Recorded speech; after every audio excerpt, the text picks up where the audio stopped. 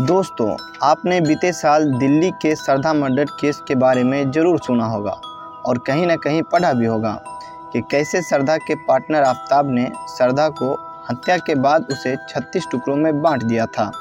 और अभी हाल में ही सबने न्यूज़ में देखा होगा किस तरह मनोज सैनी नामक सनकी ने अपने लिव इन पार्टनर सरस्वती वैद्य को हत्या कर फिर उसे कटर से काट प्रेशर कुकर में पकाने के बाद कुत्तों को खिला दिया। लेकिन आपको बता दूं, ये कोई पहली घटना नहीं है जिसमें लिव इन पार्टनर को बेरहमी से मारकर उसे टुकड़ों में बांट दिया गया हो। दोस्तों, बात साल 2013 की है जब एक लेफ्टिनेंट कर्नल ने अपने पत्नी को हत्या कर उसे 300 टुकड़ों में बांट दिया था, जिसे उड़ीसा हत्याकांड के नाम से भी जाना जाता है। वीडियो में आगे बढ़ने से पहले हमारे चैनल द क्राइम स्टोरी को सब्सक्राइब कर बेल आइकन को ज़रूर दबाएं, जिससे हमारे चैनल पर आने वाली हर वीडियो की नोटिफिकेशन आपको मिलता रहे। तो चलिए अब कहानी में आगे बढ़ते हैं। इस कहानी के दो मुख्य किरदार हैं, एक लेफ्टिनेंट कर्नल सोमनाथ पाड़ीदा और उसकी पत्नी उषा श्री। 71 वर्षीय डॉक्टर सोमनाथ पाड़ीदा भारतीय सेना में सेनावृत्ति चिकित्सक थे। सेनावृत्ति के बाद सोमनाथ अपने 62 वर्षीय पत्नी उषा श्री के साथ भुवनेश्वर के न्यायपल्ली में रहते थे। इन दोनों को एक बेटा और एक बेटी थी। बेटा अमेरिका में तो वहीं बेटी दुबई में रहती थी। बताया जाता है कि सोमनाथ काफ़ी गुस्सैल स्वभाव के थे, जिसकी वजह से उनकी पत्नी उषा से अक्सर लड़ाई हो जाती थी। यहाँ तक कि मामला मारपीट तक पहुँच जाता था। उषा का आरोप था कि सोमनाथ का किसी और लड़की के साथ चक्कर चल रहा है। गुस्सैल सोमनाथ को पत्नी का ये आरोप उसे बिल्कुल पसंद नहीं आता था। बात 3 जून 2013 की रात की है। सोमनाथ और उसकी पत्नी में किसी बात पर फिर से कहासुनी हुई। बात इस हद तक बढ़ गई कि सोमनाथ ने अपनी पत्नी उषा की गला काटकर हत्या कर दी। सोमनाथ थे तो पेशे से डॉक्टर, इसलिए वे स्केल लेप और चाकू का इस्तेमाल अच्छे से जानते थे। सोमनाथ अपनी पत्नी को एक नहीं, दो नहीं, बल्कि 300 टुकड़ों में बांट देता है और सभी टुकड़ों का साइज लगभग 6-6 इंच का करता है। जरा सोच कर देखिए, जिसने भी लाश का ये हालत देखा होगा उसके रोंगटे खड़े हो गए होंगे। अपनी पत्नी को 300 टुकड़ों में बांटने के बाद उसे 22 स्टील की टिफ़िन में पैक करता है, फिर उसे 2 बड़े ट्रंक में बंद कर देता है। अगले दिन सोमनाथ ने घर पर आने वाले हर व्यक्ति पर अंकुश लगा दिया और कहा उषा अपनी बेटी से मिलने दुबई गई है। लेकिन सच्चाई का गला कब तक घोटा जाता। 3 जून से 23 जून तक जब बेटा ने अमेरिका से हर रात अपनी माँ से बात करने के लिए कॉल करता, तो दूसरी तरफ से उसकी माँ का कोई जवाब नहीं आता।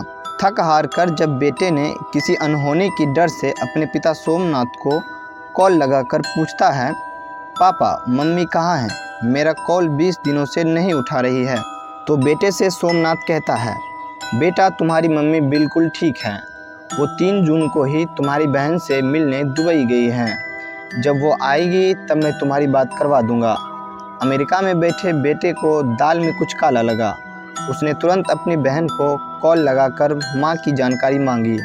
फिर पता चलता है माँ दुबई में बहन के पास भी नहीं है।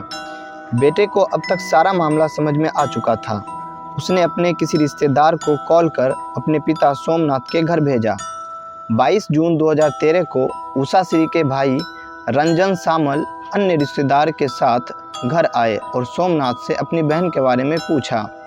लेकिन डॉक्टर सोमनाथ दरवाज़ा नहीं खोलता है और बार बार यही कहता है कि उषा श्री अपनी बेटी से मिलने दुबई गई है। इस झूठ से उषा श्री के भाई और अन्य रिश्तेदारों को सोमनाथ पर शक हुआ। जब उन्होंने खिड़की से झांक कर अंदर का नज़ारा देखा तो उन्हें बदबू महसूस हुई।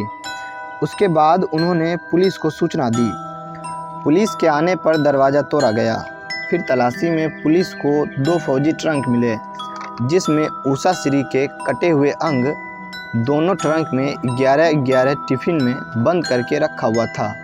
पुलिस ने पाया कि शरीर के अंगों को प्रिजर्वेटिव केमिकल में डुबाया गया था, जो 22 टिफ़िन के साथ 2 बड़े ट्रंक में बंद था। पुलिस के हत्थे चढ़ने के बाद सोमनाथ ने अपने गुनाह कबूल करने से इनकार कर दिया। उसका कहना था 3 जून के दरमियानी रात में पत्नी सिडनी जाने की जिद कर रही थी और सिर पटक पटक कर अपनी जान दे दी। सोमनाथ कहता है अगर सुसाइड वाली बात सामने आई तो उसके रुतबे पर खतरा था, इसलिए उसने अपनी पत्नी का 6-6 इंच का छोटे छोटे टुकड़े कर समय आने पर वे खुद भुवनेश्वर के शिरडी ले जाने के फिराक में था।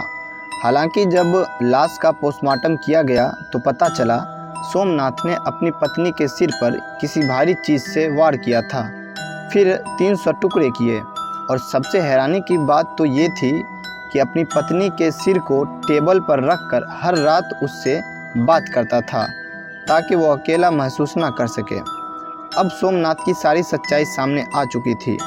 कोर्ट ने सोमनाथ पर कड़ी कार्रवाई करते हुए 25 फरवरी 2020 को सोमनाथ को आजीवन कारावास की सज़ा सुनाई और साथ ही 50,000 रुपये जुर्माना भी लगाया। दोस्तों, आज की वीडियो में बस इतना ही। फिर मिलते हैं अगली वीडियो में इसी तरह के एक और दिल दहला देने वाली घटना के साथ।